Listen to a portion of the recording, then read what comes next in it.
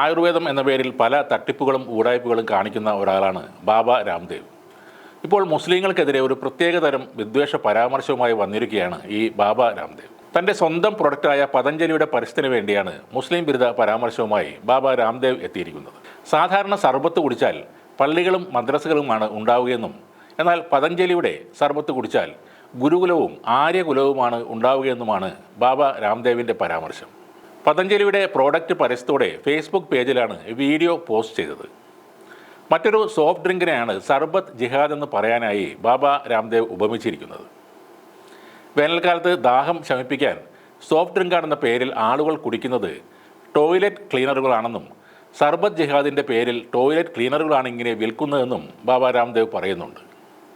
ശീതള പാനീയങ്ങളുടെയും സർബത്ത് ജിഹാദിൻ്റെയും പേരിൽ വിൽക്കുന്നത് വില കുറഞ്ഞ ടോയ്ലറ്റ് ക്ലീനറുകളാണെന്നും ആ വിഷത്തിൽ നിന്നും നിങ്ങളുടെ കുടുംബത്തെയും കുട്ടികളെയും സംരക്ഷിക്കൂ എന്ന അടിക്കുറിപ്പോടെയാണ് ഈ പരസ്യം പോസ്റ്റ് ചെയ്തിരിക്കുന്നത്.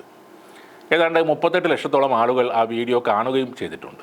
അതേസമയം പരസ്യത്തിൽ പറയുന്ന പരാമർശങ്ങൾക്കെതിരെ വലിയ തോതിൽ തന്നെ വിമർശനങ്ങളും ഉയരുന്നുണ്ട്. പതഞ്ജലിയുടെ സർബത്ത് കുടിച്ച് ഇതുവരെ എത്ര ഗുരുകുലങ്ങളും സർവകലാശാലകളും തുറന്നിട്ടുണ്ടെന്ന് കമ്പനി വെളിപ്പെടുത്തണം എന്നാണ് ചിലർ ചോദിക്കുന്നത്.